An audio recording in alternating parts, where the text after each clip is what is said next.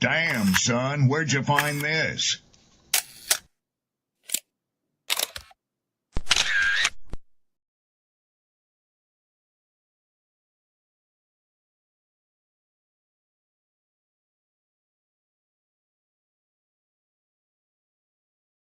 Who taught you to hate the texture of your hair? Who taught you to hate the color of your skin to such extent that you bleach to get like the white man? Who taught you to hate the shape of your nose and the shape of your lips? Who taught you to hate yourself from the top of your head to the soles of your feet? I love people as I meet them one by one. People are just wonderful as individuals. You see the whole... My great aspiration, my greatest ambition is to be so good. Now, in that way, I'm tiresome, as I suppose, to live with, because I want to be a fantastic human being. I am the greatest.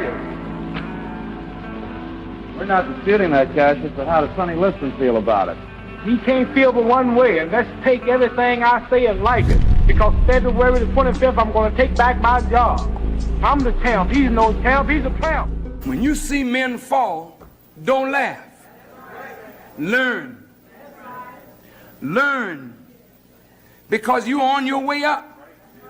And the things that tempt people to fall, you and I are not free from that temptation. Mantra, slave song, slave ship, rip skin, made me rip bones. But no matter how close my ancestors speak, they tell me they're tired of them praying on us like we're weak. I haven't been getting sleep, longing to sing until I've surpassed peak, until they think we are equal. Please, all I want is peace. My ancestors beat drums until their palms would bleed, begging that generations remember our story. Well, good morning. Good morning. Peace and blessings to the good people of these here United States of America. How is everybody doing today? It is Thursday. We are just, a day away from the weekend. And if you made it this far, that means God got grace on you. It's good to be back. I got Sydney in the building. I'm always humbled to have such a knowledgeable person on the platform with me. I thank you. Shout out to my poets, my writers, my content creators, all the good folks all across social media. We'll bring her up. I got a clip that I would like to play and maybe have an open discussion about it. Sid, what's going on? Hold on, let me make sure I get this one right.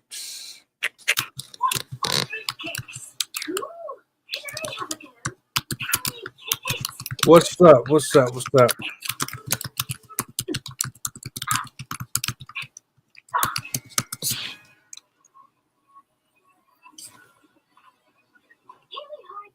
Can you hear me?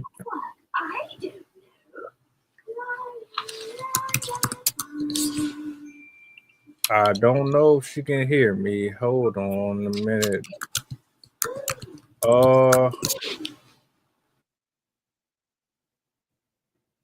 Let me see.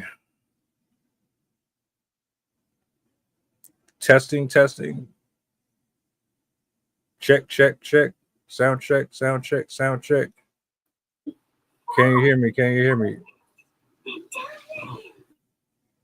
Hold on. What's going on here? Yo. All right. I don't see nothing wrong over there.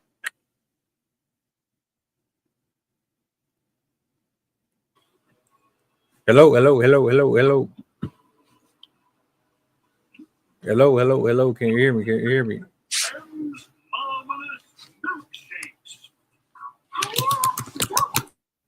I'm not really sure what's going on. Hold up.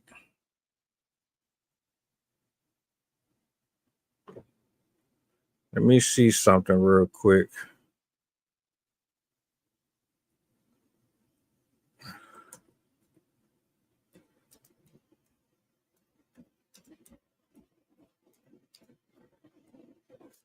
Uh,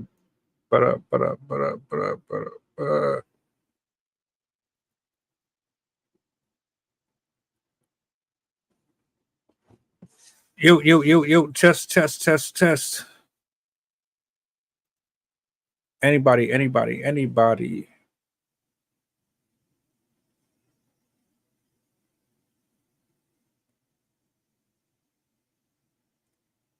Let me see. I don't know what's going on. Let me see. Is my screen messed up? Is there something that's I'm not missing? I had it muted, so I didn't notice that it started. I was like, hold up, is something wrong with my equipment?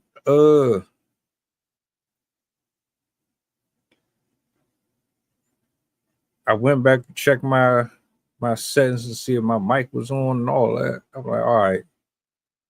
She probably didn't really. I figured if I just did this, it probably would have got your attention. But I was working on a poem and I didn't notice the time. you don't be playing around with that. I'll give you that. But what's going on? Not too much, just working on my book this morning, trying to put it all together and get the poems all nice and formatted. My daughter's with me, so if you hear her, that's that's what's happening. But yeah, pretty good morning. I got to sleep in this time because my husband didn't have to get up this early, so that was a nice change from the usual. Okay. Well, I got a clip that I want to play. This woman went viral for. Well, you'll see here in a second. I'm gonna let it run. It's not that long, and we'll go from there. Let's see. Bring this up here.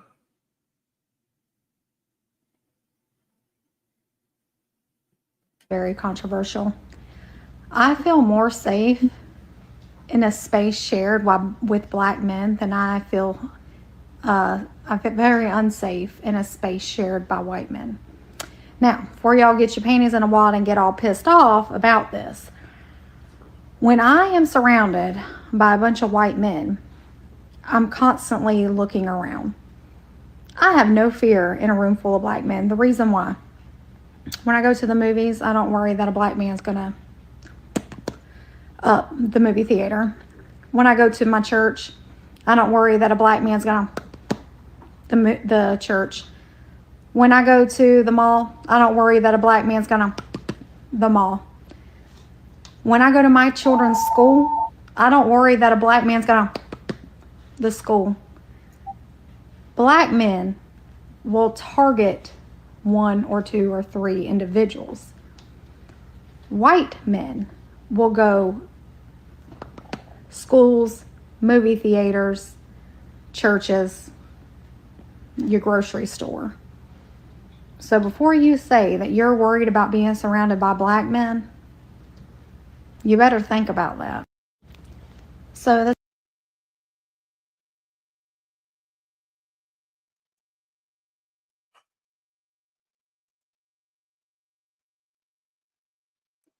basically, this rubbed a lot of people the wrong way. Some folks are disgusted by our comment. And some people agree.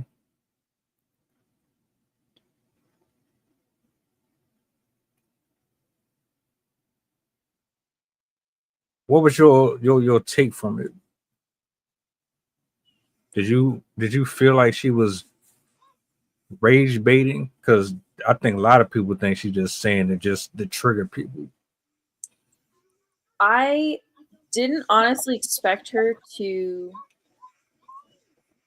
take the perspective that she did. I was expecting her to say something more along the lines of like SA. But one, I did find it funny how many times she had to do the sound. I was like, you wanted to make that noise. But I honestly, I mean, of course, there are exceptions always to the rule, but I do see what she's saying, and not for the same reasons, but I do somewhat agree with her. But just in a different sense. Just from my own experience, I've noticed that I have an easier time socially getting along with people within other communities other than the white community, because again, not always. Of course, I've had friends that don't have opinions like this, but I've noticed the Black and Hispanic communities I get along with more because they have a stronger interest in like social justicey type issues. They're more realistic about life. They're less likely to espouse things that are offensive to communities. I've met more white boys that hold homophobic, sexist, racist views than with other communities. And most of my friends, with a couple exceptions, are either Black, Hispanic, or mixed race. So I definitely identify with what she's saying, just not for the same reasons. I've never been particularly worried that any of my friends would be shooting up any businesses or anything like that, building. But I guess I kind of understand where she's coming at in that sense, but that's definitely not what I was anticipating from this video. I mean, honestly, if you have any friends that you're worried about doing something like that, maybe you shouldn't hang out with them, regardless of their color. But yeah, I agree to an extent. I mean, in general, social media, you kind of have to rage bait a bit to get attention. That's why people like to put catchy or clickbaity titles just to make sure, because with the way the internet is, you're competing with so much that of course you kind of have to create some kind of pull to your video. So I imagine it's slightly exaggerated in the sense, like, I don't think many people are actually genuinely worried that the person they're hanging out with is gonna like randomly shoot up the school or whatever. So in that, I think she is being genuine to a degree. Yeah, what I said the other day was pretty much she's talking about an experience that only she's familiar with because that's the environment that she's accustomed to.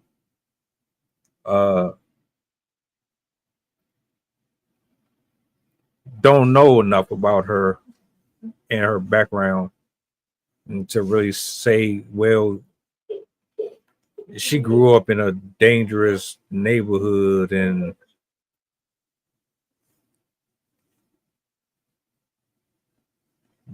those black people that she say protect her are the same folks, because I don't believe that you grew up in that type of area. But I don't know if you did or not. From what I'm looking at, you had a pretty fair shake at life. You probably grew up somewhere where it was moderate, like you had a mixture of both. So those group of men and women that you're speaking on, protecting or being protective, they're not like 1000% indoctrinated by this toxic culture. So you can only tell a person what you've seen for yourself. But I guarantee you, if you grew up and was raised in certain parts of Texas or Houston or Chicago, then you probably wouldn't feel the same way. My thing is, there is a degree of truth, but there's a degree of cap too. And what I mean is, it don't really make a difference. I don't know why we do this. It don't really make a difference what color you are. People have the propensity to shoot and be violent, all races, all ages, and all colors and sizes. But I will give her this. There are way more white shooters in schools. The matter of fact, I don't know the numbers specifically, but white people are more likely to have the higher rate for those type of cases. But I'm not going to sit here and act like black people don't have their own stuff too. So yeah, if she feels safer around those type of people, I think it's just because of where she grew up. I don't think it has anything to do with her just seeing every part of the world and she can vouch for that. But again, I don't think most black men and women mind their business. We are more or less a problem in our own community than we is in anybody else's. So I do agree with her to some degree with that.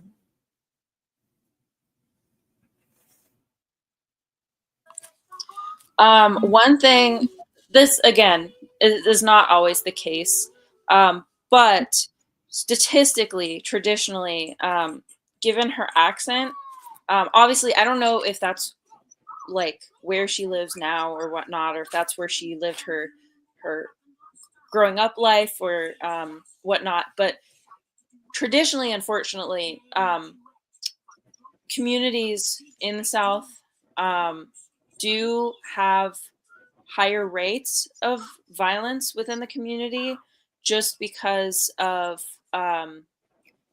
there's a higher quantity of rural communities.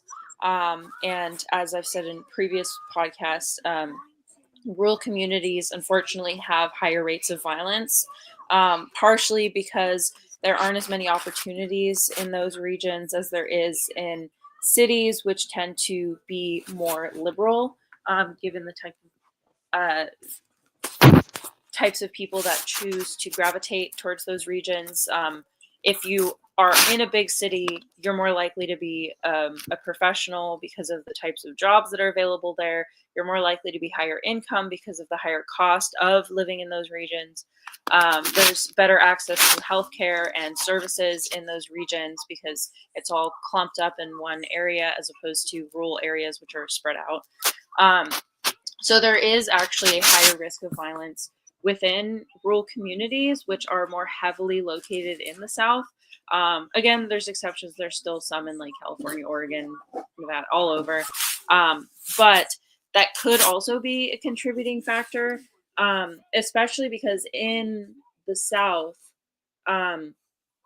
just from what I know statistically and from hearsay from family members, the Black communities, again, this is not always the case, but the Black communities are usually in regions that are more racist, especially in those Denali, please. They're the types of individuals out there are more gun savvy.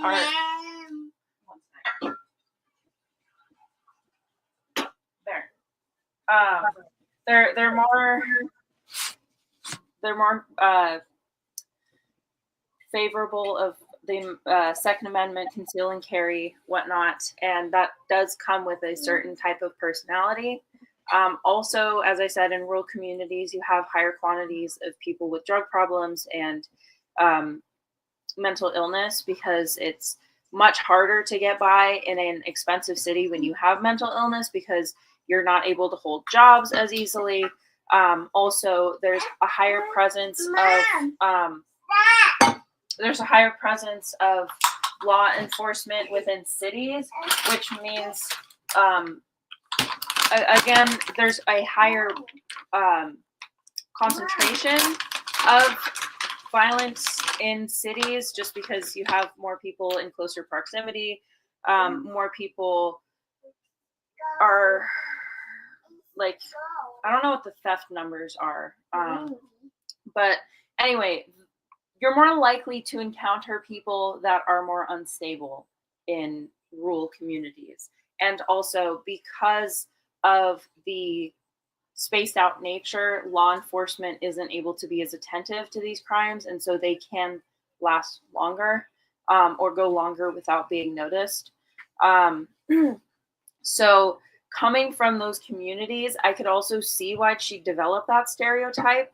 As again, this is hearsay. This is from my mother-in-law and her experience in the South, but she would say that people of Black communities tend to congregate more together in rural communities or the heavily red communities for safety, because they are surrounded by people that are usually more Christian, more likely to have roots back in the 1850s and before.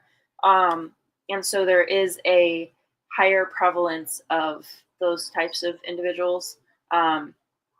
So the likelihood of you encountering people that would commit the acts that she's talking about is unfortunately statistically higher in those types of regions. So just given her accent, again, I don't know if that's like where she spent most of her life or whatnot, or like what cities she might live in. But statistically, that does kind of line up with what she's saying. Let me go to some of these comments real quick.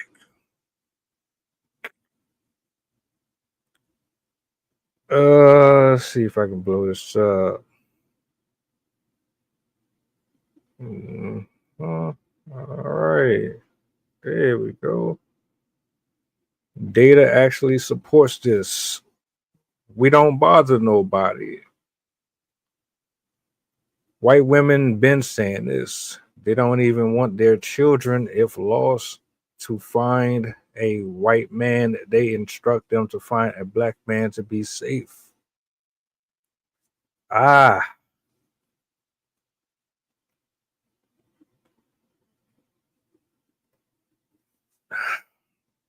don't.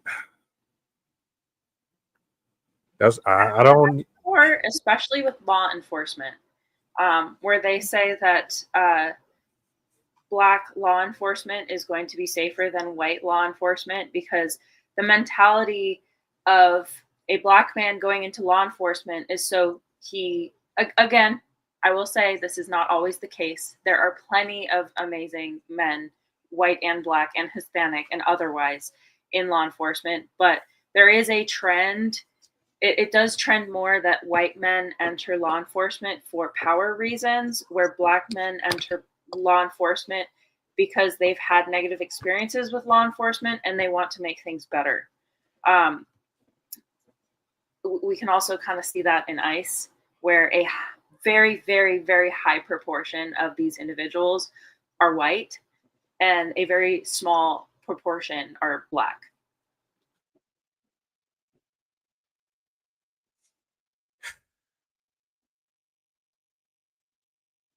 I'm not really a numbers guy. I'm just I go based on how I feel type of guy. Well, now my discernment, because you have corruption in every field of work that you're operating from. Do I agree with this post here? I can't say confirm or deny either or. As far as I'm concerned, we don't know all of the traffickers and all of the weirdos out here in the world that's snatching up kids. Traffickers are usually predominantly white as well. Human traffickers, I should say. But I don't deny it. I don't deny it.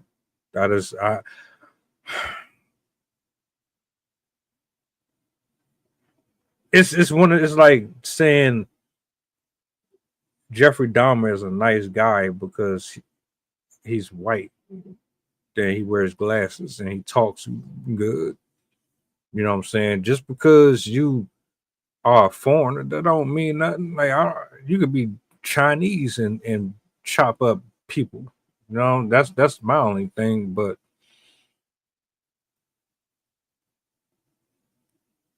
I ain't mad at her if that's how she really feel.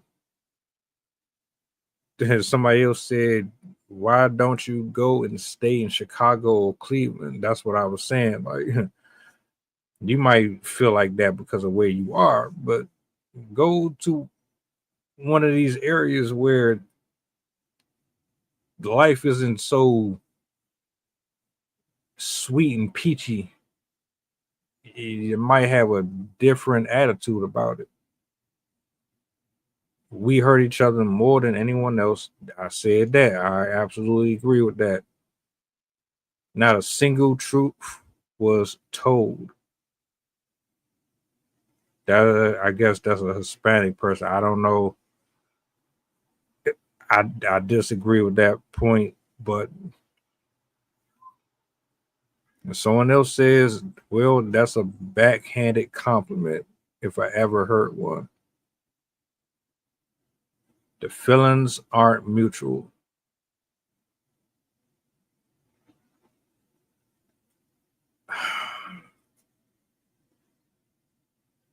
I guess that's to say, you feel safe around us, but we don't feel safe around you.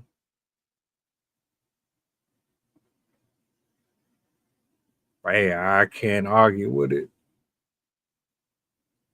Because second you get pulled over in a traffic stop and you a different color, is a problem. You go to, like, when I was working at the joint over here, everybody looked at me like I was a thief or I was a criminal.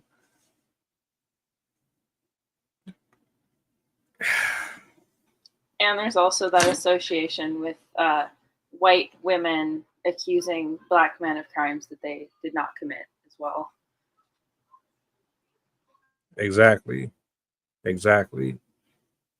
So while she's saying she feels safe around us, we definitely don't feel all that safe around them, and for good reasons. But no, I don't see nothing wrong with what she said. There's still decent people out here in the world who actually care about people, and they not trying to get anything out of you. They're just being good pedestrians. I hate the color thing though. Like, people should just naturally just be good people. I'd honestly argue that instead of it being race, that it's more so your economic background, and also your educational background. Because if you are extremely wealthy, you're less pro-social, you're less likely to support other people, you're going to be more selfish, especially if you make above, I think it's 250,000 is when basically empathy declines significantly with every amount of money over that you make.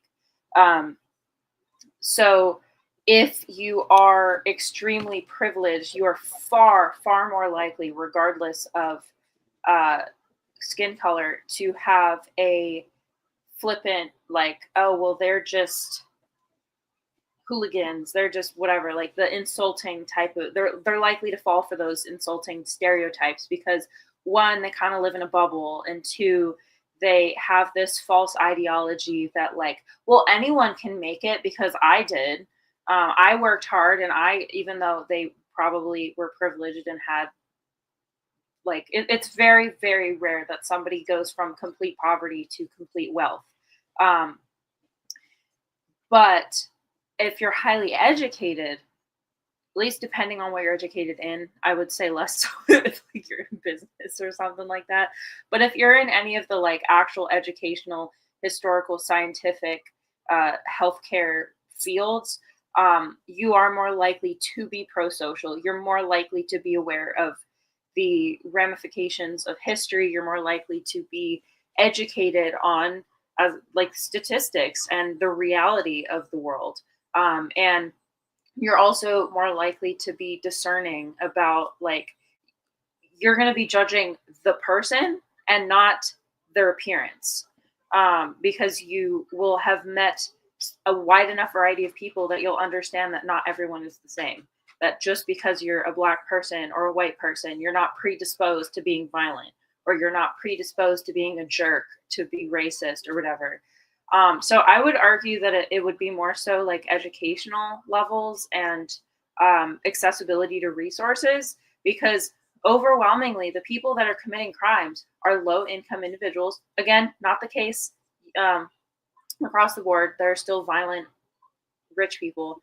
But typically what we see is rich folks are participating in the scams, the frauds, the widespread taking advantage of people for profit, whereas people at lower income echelons are those that are committing more of the violent crimes, like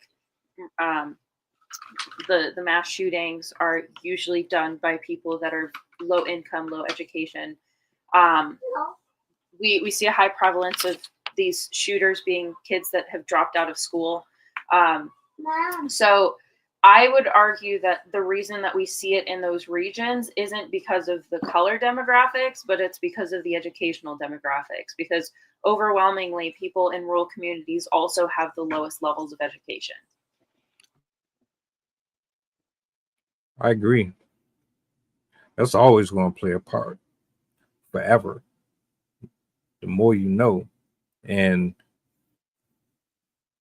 a lot of information and resources have been taken from us, or they've been removed from certain infrastructures that are made readily available. At the end of the day, it's all ignorance, all of it. Here's my thing, right? Whether or not she's a white woman or a Black woman, nobody should feel unsafe anywhere they go. You should be able to travel to and fro comfortably, period. Neighborhood, city, I don't care. I should be able to walk wherever I want without the problems, without my hat being to the side or backwards or forwards just because I'm somewhere where they have a different code, and I don't care about none of that. I am a American citizen. I pay my taxes. I pay my bills. I should not have to be concerned about the ignorance of others. I should be able to shop here, play here, sit here without guns and knives and drugs. There shouldn't even be a separation of the two. The fact that children can't even play in certain areas no more is just crazy. The playgrounds are trash. Like, I just salute to the people who are still out here looking out for their neighbors. Like, you still report to the police, you still take pictures and videos, and you go out of your way to make sure that these people get home safe or they get medical attention if something happens, on even if they don't live there. You still look out your window, and salute to you.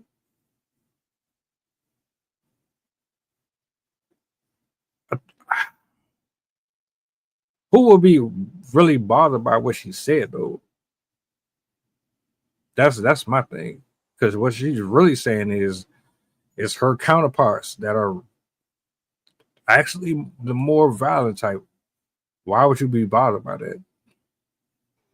I think one reason, I think the two groups of people that would be the most bothered are, no offense, anybody that's like self-righteously in that group of people, like, I'm better than that. I don't do that. And to be looped in with that stereotype, I can imagine those individuals would be kind of bothered by what she said, because they're insulted by being categorized as, like, we're not violent. Like, I'm a white guy. I'm not shooting up places. Like, I'm completely normal. And then also, I imagine people that who have had negative experiences with white women, particularly the Black or Hispanic communities, would also be upset by this, because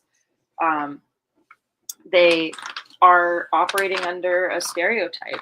And when you've had those types of ideals ingrained into you, and you've had certain types of experiences that make you think that, well, this happened to me, so it must happen to everyone. Especially because when we experience something, when we notice something, especially something that's emotionally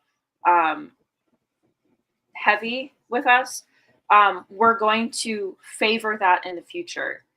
So, for example, if I had been attacked by, like, I don't know, just like beat up by somebody, I'm going to overwhelmingly believe that that group of people are the people that are violent, even if that's not true. There was a statistic that came to mind a little bit earlier, where in cities, the crime distribution is actually fairly even, where it's not a majority of Black people, not a majority of white people. It's evenly distributed. I think it's like around 30% of each group are committing violent crimes. And so that goes to show that it really isn't the communities themselves, like, oh, if you're a certain race, you're more predisposed to it. I think really it's more of your, like, exposure, your cultural identity, your upbringing and stuff like that. But that's a little bit of a deviation. In general, I think the people that would be triggered by this are the ones that either believe the stereotype or they're offended that they are being stereotyped.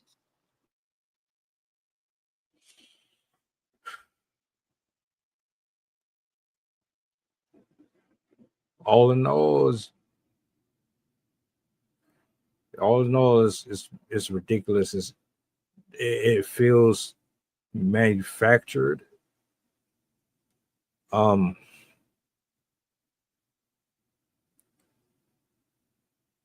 I said, she made that video because she wanted to do the pa pa pa pa.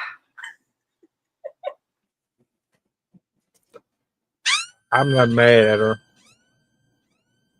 I'm at the place where everything that gets put on TikTok is a bait post, or is set up to get people to argue in the fight for no apparent reason. I don't even think people really believe half of the stuff that they say when they post it. They just want to start a random conversation about it. I'm curious though. I want to know what made her bring that up though. Maybe there was a discussion she had with some of her friends. Maybe there was some posts that she's seen. I wouldn't be surprised if it was just linked to all the discussion about mass shootings and violence and whatnot, because all the examples she brought up were all mass shootings. She didn't bring up any of the other types of killings. Like, I can think of all sorts of different mass crimes that don't involve shooting. Like, we all know that there's mass murder, serial killers out there. There was also, there's a higher prevalent, I mean, it's not common statistically, but women mass murders exist.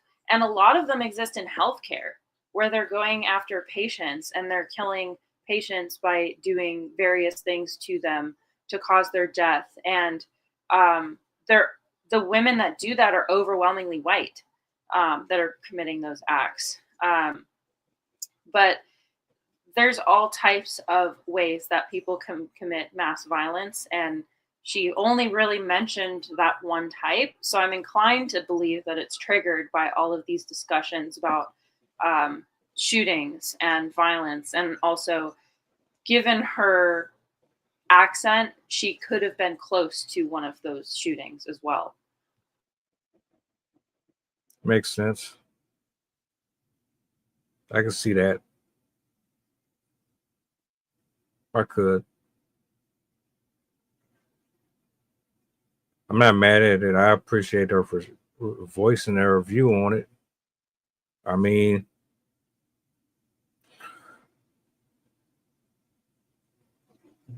I think the ultimate goal with that, I would like to believe, is to put a little more positive light on a group of people who are always looked at as a villain or like just savages. And if that's the case, cool. But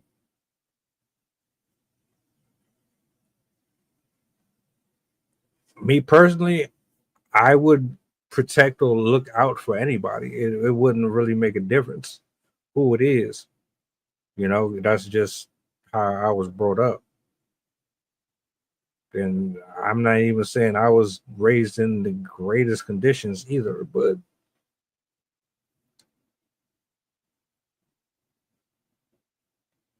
anybody who was out here purposely trying to harm others, they should all be locked away. They should all be held accountable. Remove this line that is keeping us separate, and understand that everybody is involved. Everybody is a part of the same ecosystem here.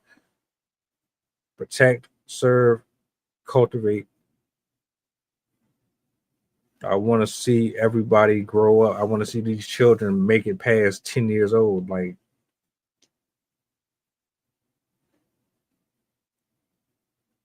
if you are upset that she said what she said, then maybe you need to look in the mirror, or you need to look at your counterparts. Because most of these folks that she's referring to, that's your family. Those are your cousins, your uncles, your friends. Where's the lie? Hell, the KKK still exists. Why?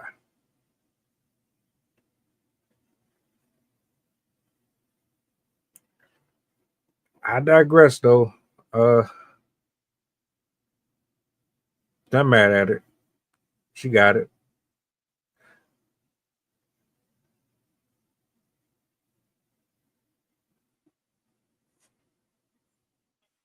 You made a good point with the fact that it's a conversation, and this is something that we need more, because right now we're living in a world where people are separating themselves, and we really need to start having conversations. We are closing ourselves off to other communities. We are creating these groups that are ostracizing other people. It's making it hard to come together because we're creating these segregated groups. Because once you kind of join up into specific, like split up into separate communities, it becomes a lot harder to come back together. Because as I said earlier, if you are within a microcosm, you're going to only be exposed to certain stereotypes, and you're going to believe that that is the case across the board. And by being part of multicultural communities, you're able to see what is, and so all of this separation that we have right now is making us think that these stereotypes are true, because a lot of people aren't being exposed to people that defy the stereotypes. As I said earlier, our psychology, the way it works is we are inclined to believe things that we already believe, that already support the ideologies that are ingrained in us. And it's very hard for people to challenge existing perspectives if they are not exposed to opposite examples. And also, a lot of people don't want to do the work to research and challenge their own views, because especially if it's been a culturally ingrained idea, if your family group raised you in it, and that's the common view of your entire family or your friend group or whatever, it's very hard for you to break away from that. I mean, like, you know what, I was wrong, and you're also wrong, because we don't like to feel like we're going to lose the people we care about just because of the way we think. And so we're more likely to conform to how they think, just so we can protect our feelings. Like, humans don't like to be uncomfortable. That's just naturally what is ingrained in us for survival. Uncomfortable things in the past were usually dangerous, in the far, far past, like caveman days.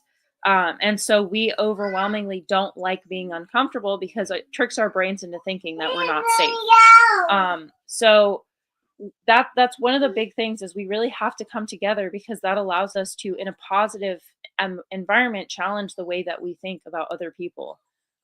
So that's why even though people might disagree, I'm glad that this is out there and we're having these conversations, because it defies that stereotype that Black men are dangerous and white people are perfect. And it also shows that coexistence is possible, that not all white women hate all white people, or not all white people hate all Black people, or vice versa. So I do, even though, like, I do disagree with some of her points, or at least like the way she's portraying it, I think it's super important that we do have these discussions. I do enjoy that this was a different. Here comes the other one. You're fine. Here. I do enjoy that this perspective is different than what we're typically hearing. And I'm glad this type of information, this type of thought process is being put out there, as divisive as it might appear to people, or clickbaity as it might seem. We need to have these types of conversations. I have a short little poem that I can share if you guys want. Also, this is totally random. I just was thinking about it the whole conversation, especially because I just saw it this morning. But I did enjoy finding out that Candace Owens had her visa to Australia denied because she wanted to do a tour around Australia, but they basically were like, no, you're just going to sow divisiveness and share false information, so we don't want you here. I was quite pleased to see that. I'm like, let's go Australia. I love you guys. I'm not being biased because my name's a city there.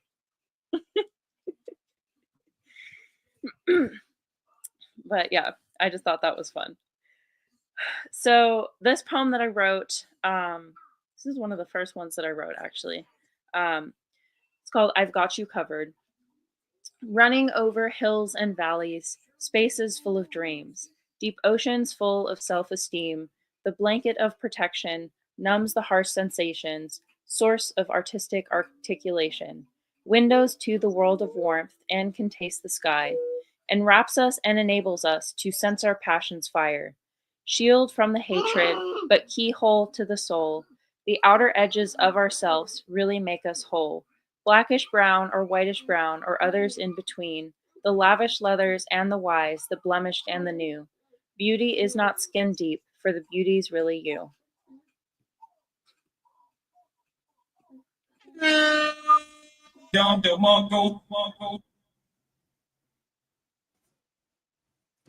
would say that's a great way to close the show out.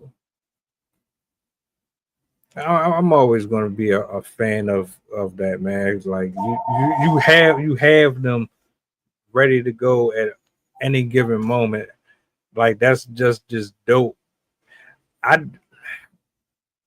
don't know. Maybe today, I don't know. Like it's just randomly going to hit me to just pick up a pen or something and write. But yeah. Speaking of, I need to get back on my crusade to find some more poets, man, because I'm missing the open mics. So I agree. I haven't forgotten about it. Join us, or writers, or musicians, any of you guys. Exactly. You should go on Blue Sky too. There's a lot of people there. Also, all poetry. We should try and recruit through there since it's literally all poets. Yeah, I need to get back on my app. I have my account. I just don't. Starting from scratch suck, man.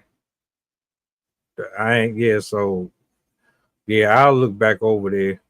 Maybe I'll spend I'll dedicate a whole week to just being on air and nothing else and see how it goes. If you tag people, it helps you get people faster. Just a piece of advice. So the tags and hashtags actually work. Yeah, when you at people, like a lot of people will just make lists of like, here's some good people to follow, especially with what's going on in the government and whatnot. People on Blue Sky often promote each other if they're like being blue supporters, Democrats, whatever, like people that are promoting positive information, positive vibes, or being educational, stuff like that. And that can get you really far. I really enjoy Blue Sky because it's a very inclusive community. I have so many different types of people following me, people from all different countries. I even had Warner Brothers follow me the other day, so that was pretty interesting. Hey. Right? Yeah. And I have everybody from professionals to stay-at-home moms, from reformed Republicans to obviously like politicians and stuff like that. So it's a pretty cool community. And if you want uplifting content, I would highly suggest Blue Sky to anybody. I'm already at 8.4 thousand. So I'm hoping to get to 10,000 by the time I release my book, because then I'll have people to to send it to. That's what's up.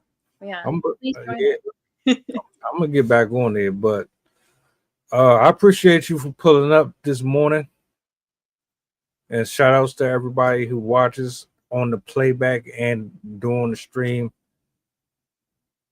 I hope you guys enjoy the rest of your day. I will be back later on this evening. All right. Y'all take care. I'm going back into the laboratory. I will see you later. Say, have a good morning. You want to say bye? Bye. Bye-bye. Have a good night. Mantra, slave